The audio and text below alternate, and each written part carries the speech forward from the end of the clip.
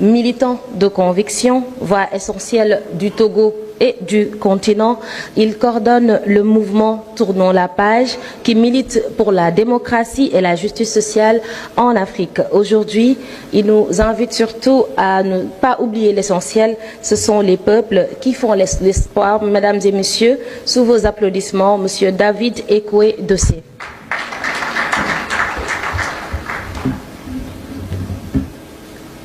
Distinguées autorités, chers grands frères, président et fondateur de Afrikajom Center, le doyen Alioune Tine, honorables invités, mesdames et messieurs, chers frères et sœurs de l'espace ouest africain. Nous nous réunissons aujourd'hui pour célébrer une vision née il y a 50 ans, celle de l'intégration régionale, de la solidarité économique et de la paix durable entre les peuples d'Afrique de l'Ouest. Cette vision s'appelle CEDEAO, Communauté économique des États de l'Afrique de l'Ouest. 50 ans que la CEDEAO est née d'un rêve partagé, celui de transcender les frontières héritées de la colonisation, d'unir nos voix et nos forces afin de bâtir une région forte, prospère et souveraine. Ce rêve porte la promesse de la libre circulation des personnes et des biens pour susciter le sentiment d'appartenance à la région. Il porte aussi la promesse d'une intégration économique forte afin de générer la prospérité et celle d'une coopération politique exemplaire fondée sur des principes de souveraineté démocratique et de respect des libertés. Au fil des décennies, la CEDEAO a su démontrer sa pertinence. Elle s'est imposée comme un acteur clé de la diplomatie régionale, comme en témoignent ses médiations dans plusieurs crises politiques. Elle a fait entendre la voix de l'Afrique de l'Ouest sur le continent et à l'international. Ces réussites, nous les saluons avec fierté. Cependant, célébrer une institution ne signifie pas accepter ses défaillances. Il faut avoir le courage de la lucidité, le devoir de la vérité et l'audace de la réforme. Car la CEDEAO est malade. Elle souffre de son mode de fonctionnement déséquilibré, de son incohérence face à certains défis de gouvernance politique et de son impuissance à réagir face aux distorsions constitutionnelles perpétrées par certains dirigeants tentés par la conservation du pouvoir. Mesdames et messieurs, le cœur du problème, c'est effectivement la suprématie hégémonique de la conférence des chefs d'État et de gouvernement.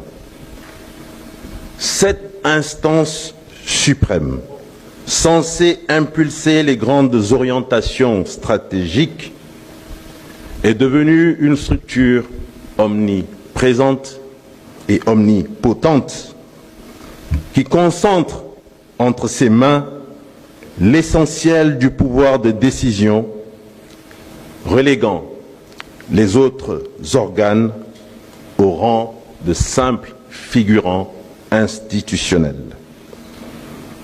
Cette verticalité excessive freine l'évolution de la CEDEAO, étouffe l'esprit communautaire, affectant alors la résilience de l'institution.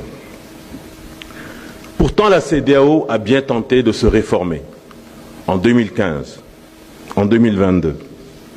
Mais certains chefs d'État, ayant des velléités de conservation de pouvoir, se sont opposés à la réforme, surtout à l'adoption de la disposition limitant les mandats présidentiels, chers pourtant au peuple africain, trop souvent confronté aux dérives des présidents à vie, aux mandats multiples ou extensibles, en somme, à ce qu'on a appelé le virus du troisième mandat, qui sévit parmi les dirigeants africains et qui génère tant de crises sur le continent. Nous pensons à Alpha Condé en Guinée,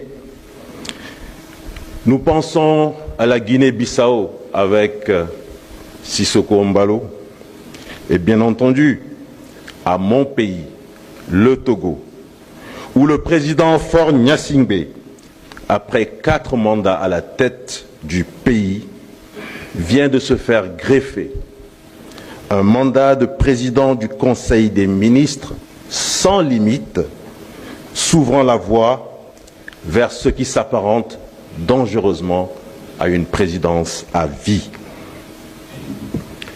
En dépit des distorsions juridiques ou constitutionnelles et des flagrantes violations de ses propres dispositions, contenues dans des instruments juridiques comme le protocole additionnel de la démocratie et la bonne gouvernance, la CEDEAO n'a jamais été en mesure de réagir efficacement.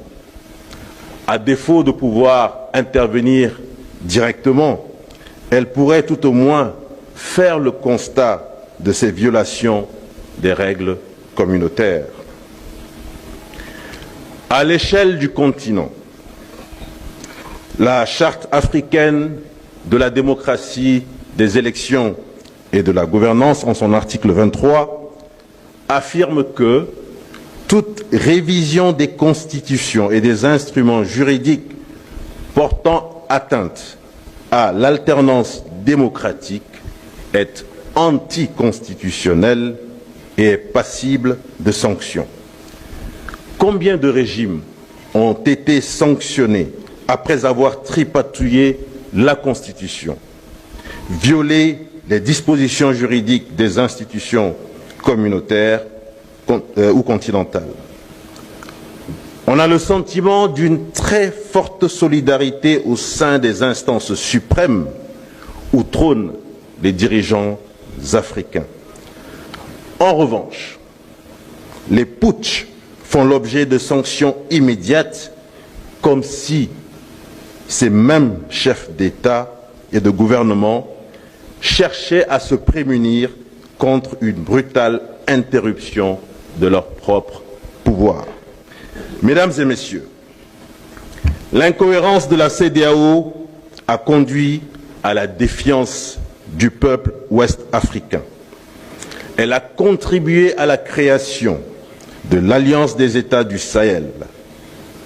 La survie de la CEDEAO est en jeu et avec elle, l'avenir du rêve ouest-africain.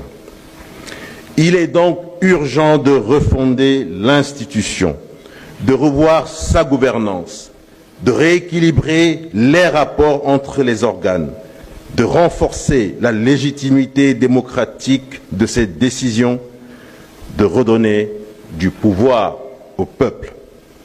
Il faut une réforme urgente et profonde qui garantisse une limitation des mandats de tous les vrais détenteurs du pouvoir exécutif, qu'ils soient chefs d'État, qu'ils soient chefs de gouvernement ou même président du Conseil.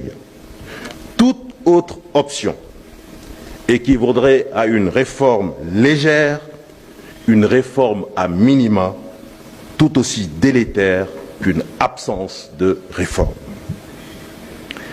L'Afrique de l'Ouest ne peut se contenter d'une CEDEAO des sommets. Il faut une CEDEAO des peuples. C'est à ce prix que notre communauté redeviendra un espace de confiance, de coopération sincère et d'avenir partagé. Nous remercions Africa Jom Center et ses partenaires de nous avoir réunis pour renforcer la synergie des organisations citoyennes ouest-africaines en vue de soutenir l'appel à la CEDEAO des peuples. Je vous remercie.